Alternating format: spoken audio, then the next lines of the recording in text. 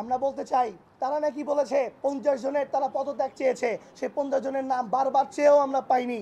আমরা বলতে চাই তারা যদি 50 জন পদত্যাগ করতে চায়, আমরা 50টি শিক্ষা প্রতিষ্ঠানের 5000 ছাত্র জনতার স্বাক্ষর নিয়ে সেন্ট্রালে জমা দিতে পারি।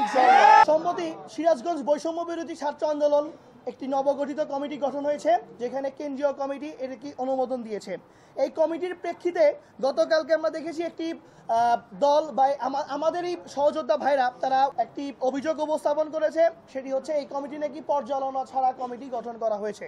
তবে আমি মুনতাসির মেহেদী বলতে চাই, এই কমিটি তাদের সাথে বারংবার আলোচনা করা হয়েছে, তারা সহযোগিতা করতে চায় নাই। তারা বলেছে যে না, দরকার পড়লে আমরা সিরাজগঞ্জে কোনো কমিটি চাই না। তবে আমরা বলতে চাই, এই আহতদের নিয়ে যারা আমরা কাজ করেছি তারা জানি কমিটি ব্যতীত কাজ করা কতটা কঠিন।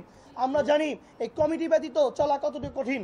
আমরা জানি যে রক্তের উপর দিয়ে বৈষম্য বিরোধী ছাত্র আন্দোলন সম্মানের জায়গায় এসে দাঁড়িয়েছে। সেই বৈষম্য বিরোধী ছাত্র আন্দোলন আমাদের সিরাজগঞ্জকে আসলে কই নিয়ে যেতে পারে। যেভাবে আমরা 4ই আগস্ট গোটা বাংলাদেশকে দেখিয়ে দিয়েছিলাম যে সিরাজগঞ্জবাসী ঐক্যবদ্ধ, সিরাজগঞ্জবাসী ভ্রাতৃত্ব বন্ধন নিয়ে একটি সামাজিক সংগঠন এবং রাজনীতিকে পাল্টে দিতে পারে, বাংলাদেশের ইতিহাসকে পাল্টে দিতে পারে, তার ধারা অব্যাহত রাখার জন্য সিরাজগঞ্জের বৈষম্য বিরোধী ছাত্র আন্দোলন কমিটি, কেন্দ্রীয় কমিটি তারা মনে করেছে এই নেতৃত্ব দ্বারা যোগ্য নেতৃত্ব উঠে আসা সম্ভব, তাই এই কমিটি গঠন করা হয়েছে। এবং তাদের গঠনতন্ত্রে বলা আছে যে 6 মাস অনুমোদন কমিটি থাকবে। 6 মাসের পরে আমাদের পূর্বের কমিটি 9 মাস হয়ে গিয়েছিল, তাই গঠনতন্ত্র অনুসারে সেই কমিটি অলরেডি বিলুপ্ত হয়েছে আরও 3 মাস আগে।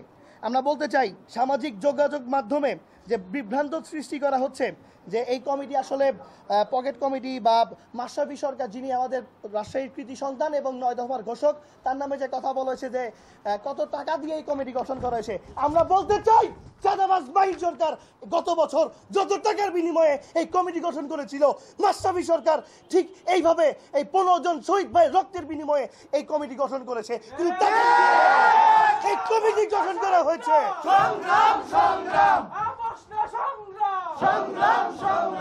এই কমিটি গঠন করা হয়েছে প্রত্যেকটি আহত যোদ্ধাদের মাধ্যমে।